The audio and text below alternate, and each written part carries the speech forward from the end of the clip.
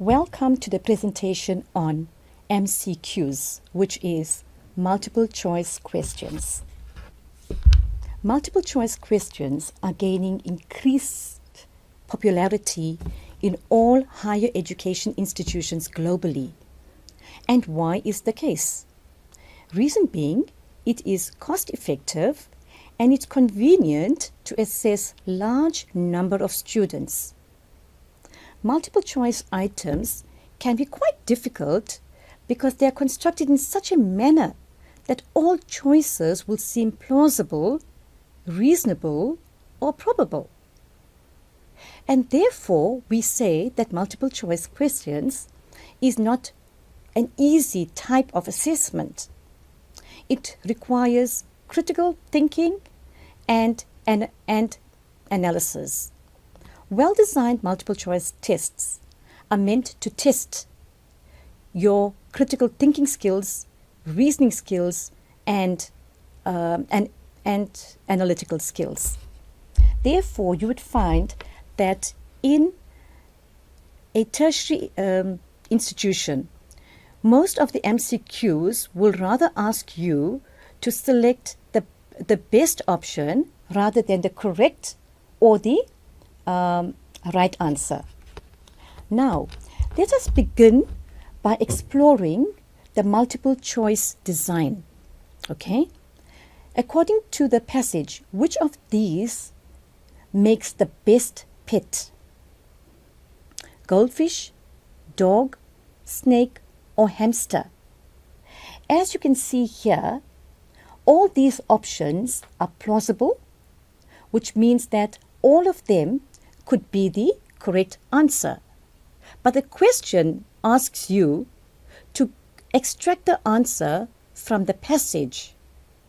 Next, it asks you which of these makes the best pet. All of them can be correct, but the question asks you to select the best pet. Using that particular example, let us look at the structure of the multiple choice question. As you can see, that a multiple choice question is made up of what we call several parts. We call the part that has the problem or the statement the stem. Then you will see there are several options, A, B, C, and D. We refer to these as options, and within the option, you will find one correct answer, which we refer to as the key.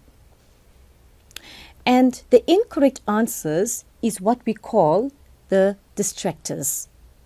Now, let us look at some strategies to approach multiple choice questions. Strategy number 1, budget your time. You will find that in a multiple choice assessment or exams, you will have questions of different cognitive level. Do not spend too much of time on one question. You need to divide the total minutes you are allocated to take the exam by the number of questions you are required to answer. This will help you to pace your assessment. Number 2, remember to allocate time for problems if the exam contains both multiple choice questions together with problems. By this I mean that in your multiple choice questions, you might encounter problems that are case-based or scenarios. And these problems might require you to spend a little bit more time. So if you allocate your time according to each question, you are bound to finish the easier questions sooner and then allocate a little bit more time for the more difficult questions.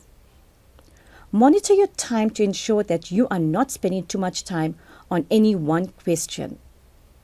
If you feel that you are with a question that is demanding or it's difficult, leave the question and come back to it. Strategy number 2. Attempt to answer the questions in consecutive order. Do not agonize over any one question. Stay within the budget for each question. Mark any questions you are unsure of with a question sign to remind you to return to them later. Sometimes later questions will assist you in answering the previous question. Strategy number 3. Read the question carefully to determine the precise requirement.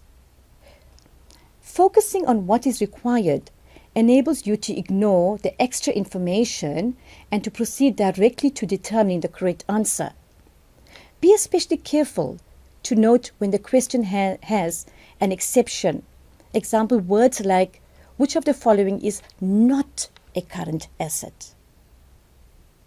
By adhering to these steps, you should know what is required and which facts are relevant.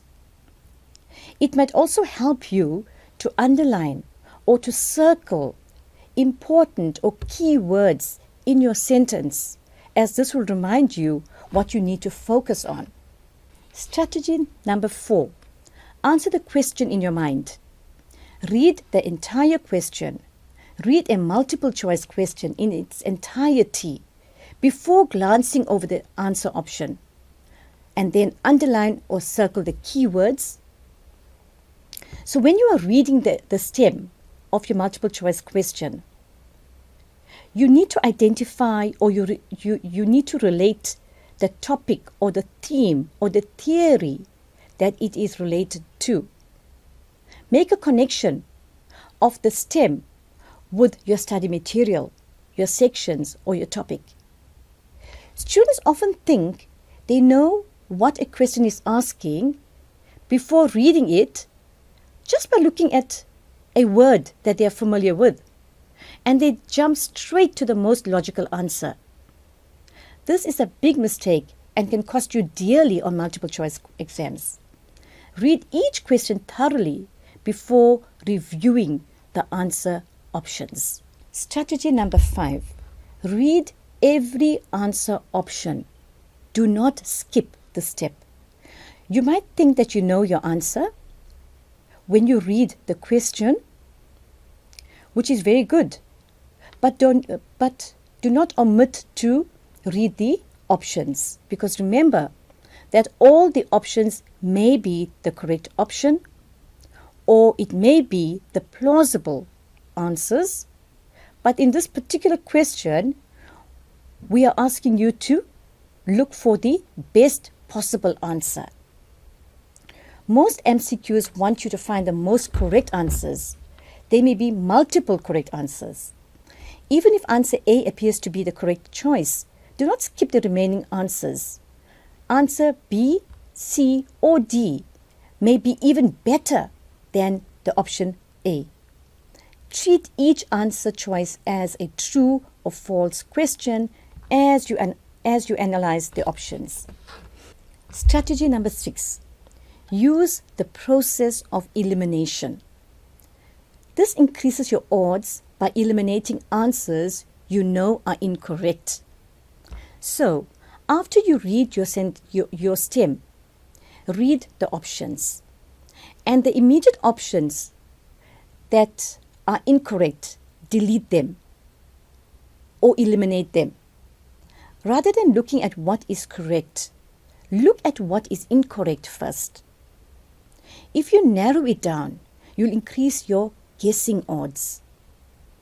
From the options that's left, as you can see on the right, there are 2 options that are left.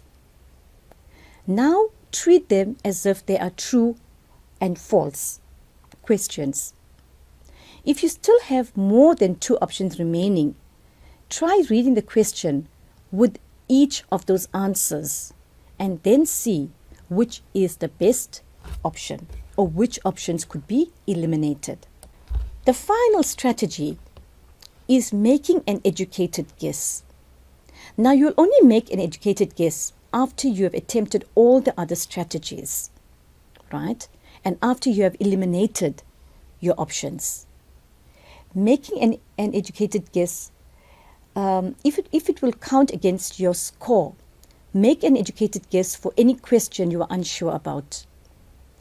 However, on some assessments, an incorrect answer may penalize you, right? For example, a correct answer may be worth 2 points, an unanswered question 0 point, and an incorrect answer 1 point.